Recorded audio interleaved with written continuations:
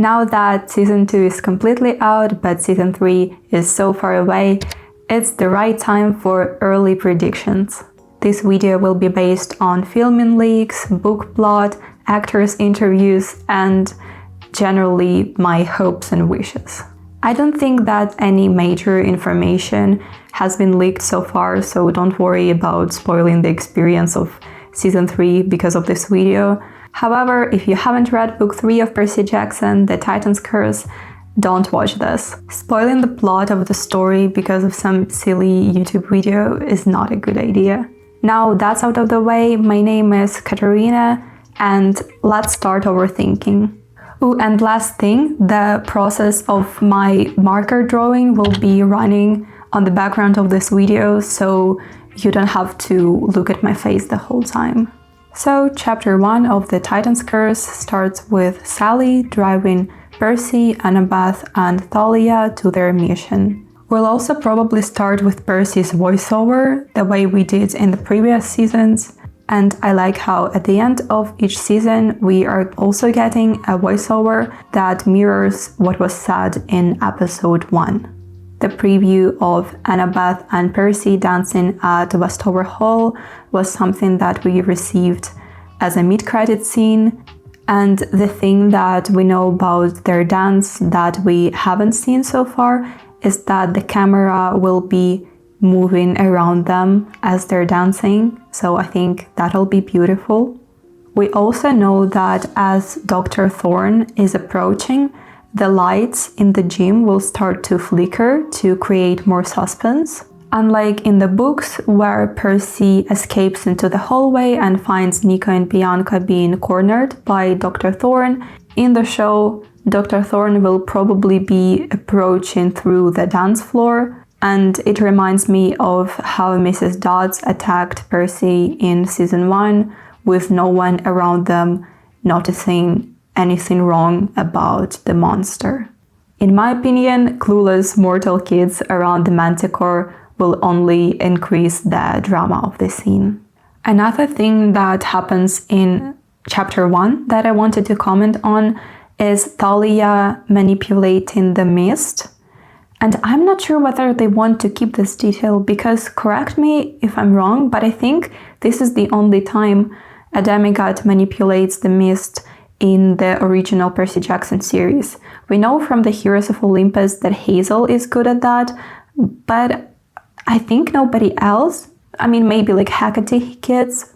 Besides, in the book, Thalia explains that Chiron taught her that, but in the show, Thalia's relationship with everyone at camp is a lot more tense, so I doubt that Chiron would teach her that and not Percy. Anyway, let's move on to something that so many viewers noticed during episode 7 of season 2 is that Annabeth's invisibility cap was left on Princess Andromeda. So it is in the possession of Luke or some other demigods that are part of his rebellion, which makes me think that Luke might show up in episode 1, maybe even alongside other rebels like Allison or Chris or other demigods trying to recruit Thalia, and we might even see them capturing Annabeth after she falls off a cliff. During the fight, they might drop this invisibility cap, which is how Percy gets to use it later in season 3. There is also a question of what is Allison's role in the story. I know that the first reason why they wanted to include her in season 2 is to drive action, to initiate more fighting, because Luke was not ready to attack our protagonists at the beginning of season 2. Besides, her presence highlights Luke's complexity and his doubts about Kronos that Allison does not have.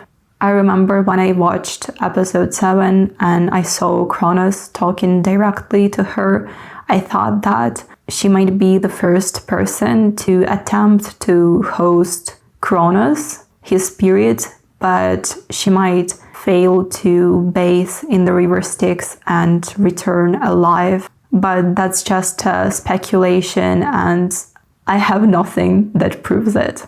Considering that Apollo, Alison's father, appears in season 3, we might be getting the reason why she resents him so much. We might learn something more about her, but if we don't, I will not be too mad about that. If we do, cool. If we don't, I don't think that anyone cares about Alison that much. What I hope they keep is Nico being defensive of his sister, which is very nice. But the big question that I have is, what is Thalia's relationship with the hunters? We know that in the book she is mad at them for trying to convince her to leave Luke and trying to convince her that Luke is going to fail her. They are essentially right, but it doesn't mean that she has to be happy about it. In the show, they might go this route, it also works, or there's a second option. We know that it's not a coincidence that the hunters appeared at Westover Hall to save demigods. They were there because Annabeth considered joining. Annabeth wanted a permanent family, a support system that would never fail her or abandon her. But what if Thalia considered joining too? What if Thalia considered joining and tried to convince Annabeth to do the same?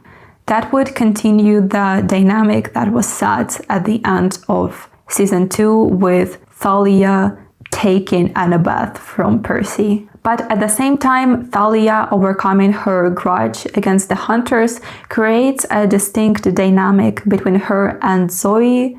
So I don't know. If they leave that out, they will have to create a different relationship between Thalia and Zoe, and I don't really know what that might be. Something that I really hope about is hunters not being man-haters. I don't like the idea of women empowerment through comparison to men, like all of these "not so bad for a man" catchphrases are not inspiring. I really hope they change that, and they probably will, the way we saw with Cersei in season 2. There's one quote from Artemis that I would like to read, in which she explains why her hunters are so young. She says that they join her before they grow up, become smitten with boys, become silly, preoccupied, insecure, forget themselves. I like the second part of this. I don't know about the smitten with boys part, but the idea of teenage insecurity that is so relatable to many girls. It is an interesting idea to bring up, and if hunters are about not letting those doubts overwhelm girls, I think that makes it a lot more beautiful if that's the focus of why Artemis recruits young girls. Another thing that definitely will be different in the show is that, unlike in the books, we have already heard about mythomagic. So it cannot be just Nico's thing. We know that Percy played mythomagic with Grover. We know that there was a mythomagic deck on Clarisse's ship. We know that even Luke's demigods played mythomagic in their free time. So Percy can't act as if what Nico's saying is complete nonsense. So I wonder what they do with that. Something that I didn't notice right away when I was reading the books is that Zoe learns about the general quite early, even before they get to camp, so that when the quest is announced and the prophecy is revealed, she knows for sure that if she goes, she's the one who's gonna die. So I think that they should stick with that in the show as well and mention general in the first episode. As I'm recording this video, yesterday was the day when we got the casting for 3 more gods, which means that we got the Apollo casting. The fan reactions made me laugh, but there are some people that don't like that the actor is not blonde, which is not that important to me, honestly, But I remember I was listening to a podcast with Dior, the actress for Clarisse, and she said that they got the right Apollo. So I think that the energy that this actor brings is the right Apollo energy. Now, as soon as our characters get to camp, Nico starts annoying Mr. D, which I think is something that we will see. During some interview, Walker mentioned that it can be hard for him to act with Jason Mantzoukas, the actor that plays Dionysus, because he's so good at shutting you up with witty remarks. But apparently, according to Walker, Levi, the actor for Nico, seems to be able to keep up with that. So that'll be fun. Another thing that Walker mentioned is that when Percy talks to Thalia about camp, he might ask her, like, do you really think that everyone here is evil? So I guess we'll see Percy trying to show Thalia his perspective of things. And some fans hope that Thalia will mention that she had a brother, probably without mentioning Jason's name, because that would be a spoiler for the Heroes of Olympus. But that might happen. I'm not sure because I don't really believe in the Heroes of Olympus adaptation.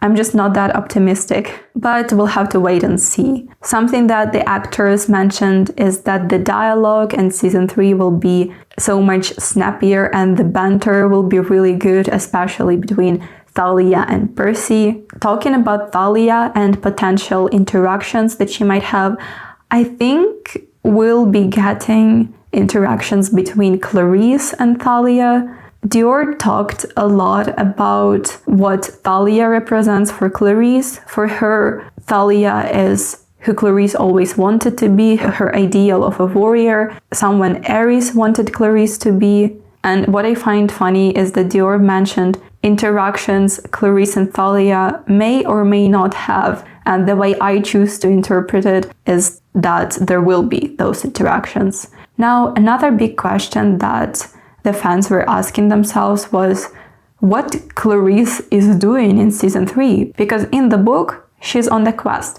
She returns at the end of the Titan's Curse, but is not willing to talk about the quest yet, and we don't learn what it was until the Battle of the Labyrinth. Here is what Dior said about the role that the showrunners found for Clarisse in season 3, and I quote, "They found a way to use Clarisse as a tool, and the relationship that enables that toolage is extremely unexpected." A tool for what? A tool to see what's happening at camp, but there's not much that is happening at camp in book 3. And these unexpected interactions, you might think that it's about Thalia, but I expect interactions between Thalia and Clarisse. I mean, both Clarisse and Thalia wield a spear, have daddy issues, and hate on Percy. They have so much in common. In chapter 5, Percy Ares messages Tyson, but I don't think that's happening. Maybe they save Bessie, the Ophiatoris, together instead.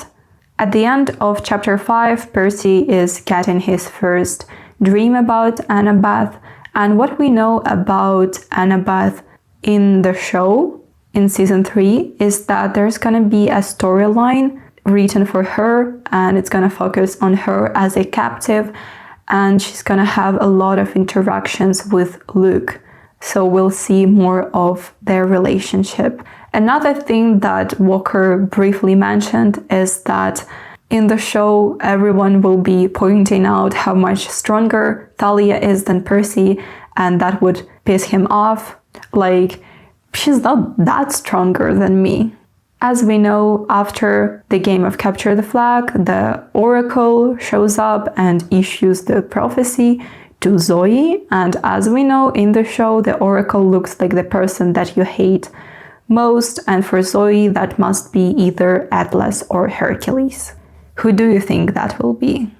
Something that I never understood when I was reading the books is why Bianca? Why are you taking a 12-year-old newbie on an extremely dangerous quest. The way Zoe justifies it is that a quest is a good way to prove yourself, but on Bianca's place, I would have thought that I'm being used as a cannon fodder because other hunters know each other so well and they wouldn't want anything bad to happen to people that they care about, so they're sending a new kid that they don't really know much about and don't care that much about. Like, honestly, that's what I would have thought. And Zoe not only wanted a newbie to go on a quest, she wanted Bianca to take her place as a lieutenant. Why? The way Zoe explains that is because Bianca is a powerful demigod and she has a kind heart. But aren't there other hunters with a kind heart that are way more experienced than a 12-year-old that doesn't even know who her godly parent is? I think that's something that they should work on in the show. I also don't really like how Bianca magically becomes good at archery. It would be better if archery is something that she liked before. Maybe she had to defend Nico as an older sister, which is why she already had some fighting skills. That would make sense.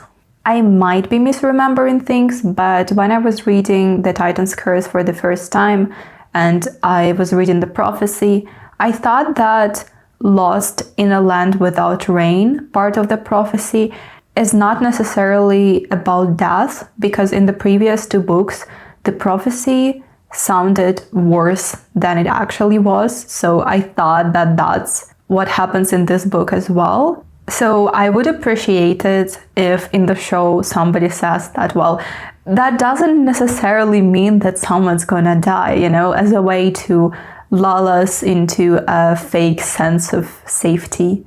Would be crazy if Bianca is the one who says it.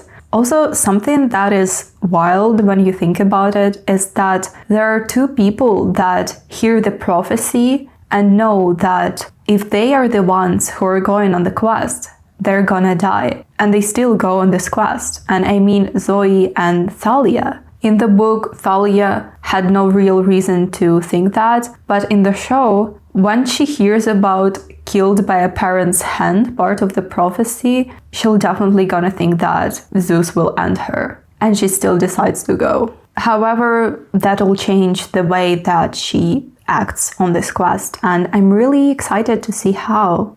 Last fall, we got some leaked footage from episode 3. Nothing major, but we saw Bianca not wearing the hunter's clothes, which made some fans speculate about whether Bianca even decided to join the hunters right away. Who knows, maybe Bianca decided that she's not ready to make such an important decision that quickly. Maybe she goes on this quest to see how it is to work with the hunters, or maybe to compare it to how it is to work with the campers, and then to decide who she stays with. Or maybe she needs to prove herself to join the hunters. I mean, I don't think so.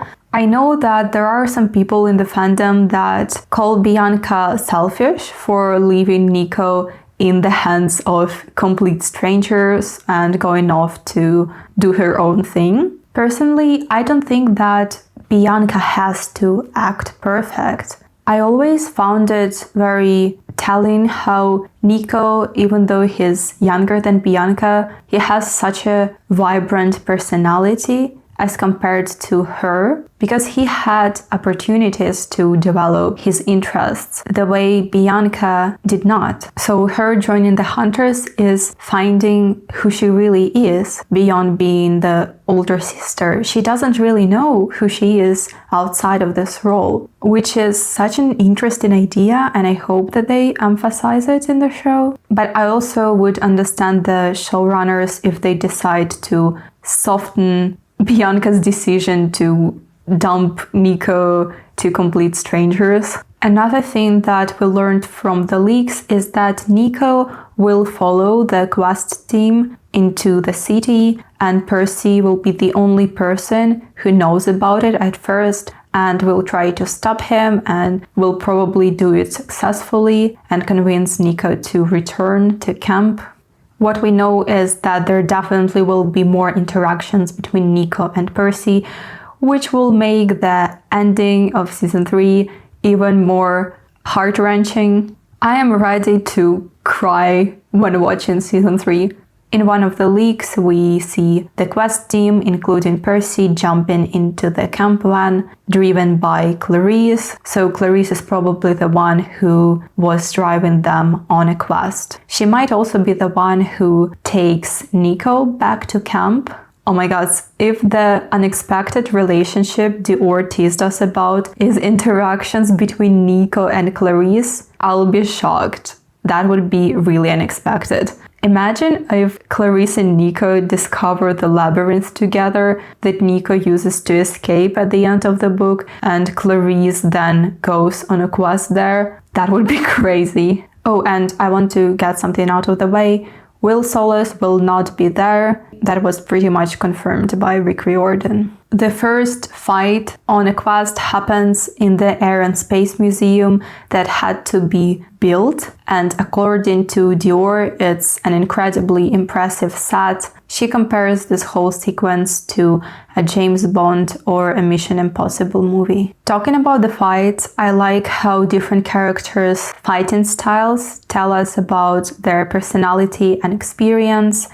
Another brief thing that Walker mentioned is that Percy is trying to fill Annabeth's place on the quest, but he's not doing a very good job at that, which will definitely be fun to watch. Also, something that we need to prepare ourselves right away is that the budget restraints in the show are quite visible sometimes, so we might not be getting all of the monsters that appear in the books. That's just how it is. So I'm afraid that we might not be getting the Erymanthian boar. So don't be too disappointed, just in case. What we are getting is the damn jokes. They definitely will be there. Walker confirmed it. There's also this moment in the book when Kronos sends lightning bolt into Frederick Chase's car, and Thalia thinks that it's from her dad and that her dad is trying to kill her. Percy tries to convince Thalia that it's Kronos trying to manipulate her, but Thalia doesn't entirely believe him. And she'll have even more reasons to believe that in the show, which will explain why she's so tempted by the power of Ophiutorus. Something interesting that the fans noticed is that when Leah talked about holding up the sky, she started phrasing it as carrying the world, which makes me think that the way they decided to make it look in the show as an orb, probably, maybe like a planet. And Leah also mentioned the makeup for this scene. I'm not sure what exactly she meant. Maybe the makeup to show the exhaustion, so that might be quite a heavy makeup. Something that I'm definitely excited about is the Council of the Gods scene. We've got the casting for all 12 Olympians, and we'll see all of them together in the scene. That's gonna be so cool. Pretty important Olympian that we did not see cast is Hestia. I would love seeing her tending to the fire, but she might not appear. During that council, the gods are deciding whether they want to kill Percy or not, which in the books seems almost silly, because Percy in the books has done everything right. In the show, it's not as simple. Already in season 2, he made a decision to save Annabeth, sacrificing the quest. So the gods have a lot more reasons to think that Percy is dangerous. During the Council of the Gods, we'll also see Thalia choosing neither the gods nor the titans, but forging her own path, which is beautiful. She might also ask Annabeth to join her, and Annabeth will have to refuse to stay at the camp and with Percy. So come to think of that, both Annabeth and Percy turned down immortality. That might not happen, but that would be cool. Another thing that I spent some time wondering about is what's gonna be season 3 cliffhanger, because the book ends with Grover announcing that he received a message from Pan, but the biggest reveal is Nico being the son of Hades. so they probably will have to lean on that. I don't believe that they can end the season with Percy just picking up the Hades figurine and realizing who Nico really is, because there are some important facts that they'll need to voice. First of all, Nico not being a forbidden child. In the books, we know that the pact between the big three gods was made after the Second World War, but they never mention it in the show. In season 1, they say that it happened a long time ago, which honestly, by God's standards, I would say that a long time ago is at least a few centuries ago. Another thing is Nico being at risk of being captured by Luke. This is the storyline that I feel like could have been fleshed out even more in the books, because in the books, Luke never tried to intentionally capture Nico, like Nico specifically. He was never after Nico, which I think is something that they can work with in the show and make the thread of Nico being manipulated by Kronos even bigger, because we know that Nico is already, in the Battle of the Labyrinth, Nico is already being manipulated by King Minos. So Nico is in that vulnerable state where he could be manipulated. He cares about nothing aside from his sister, and Kronos could try to promise him that once they, kick Hades out of the underworld, he can bend the rules so Nico gets his sister back. I believe that the threat of Nico being used by Kronos could be made even more dramatic in the show, but it's a Battle of the Labyrinth thing, whereas the Titan's Curse ends with Nico running away. And at the beginning of the video, I mentioned how season 1 and season 2, they both end with Percy's voiceover. So seasons 3 voiceover could be about Percy claiming the prophecy, accepting that he is the hero of the prophecy, not running away from responsibility this time, which was something that was already briefly fleshed out in season 2, and that could be a theme for Percy's character in season 3. They might also decide to tease the Battle of the Labyrinth. Like, I can definitely imagine a scene of Nico running away in the woods, in the forest, and just falling into the labyrinth. So that could be pretty dramatic. Or Clarisse going on that quest. So some Battle of the Labyrinth tease with Clarisse, maybe a post-credits scene. Quick update from the future me. If you liked my drawings that you saw in this video, then I want you to know that I'm planning to get them turned into stickers. So if Percy Jackson stickers is something that you're interested in getting, then please follow me on Instagram or TikTok and you'll be the first to know when I receive them. If you're not interested in getting the stickers, then still consider following me on Instagram or TikTok, where I will post more Percy Jackson related art. Okay, now I'm done with recounting the events of the book, and there are 2 questions left about season 3. First of all, I want to talk about episode titles. On the screen right now, you hopefully see my ideas. The only titles I'm sure about are episode 1, My Rescue Operation Goes Very Wrong. Then chapter 4, We Visit the Junkyard of the Gods. Episode 5, I Have a Damn Problem. And we know that the damn jokes happen in episode 5. That's something that, again, Walker said. So that'll be episode 5. Then there aren't many options for the next 2 episodes. So it has to be We Meet the Dragon of Eternal Bad Breath and I Put on a Few Million Extra Pounds. The other episodes I'm not so sure about, but yeah, I have ideas. And another thing that I was asking myself about is who will be there on the press tour. We'll definitely have Walker, Arian, Leah, and Charlie there. We will not have Dior and Daniel, because even if they include Clarisse and Tyson in season 3, they won't have enough screen time. They will have to include Tamara, that plays Thalia, and probably Sarah, that plays Zoe. Now we got to the number of actors we saw during the season 1 press tour, but of course I would love to see the actors for Bianca and Nico there as well, if they decide to. expands the team. That's all I have for now. You're very patient if you listen to this moment, or very bored. Either way, I would be thankful if you like this video, and I'll see you sometime later.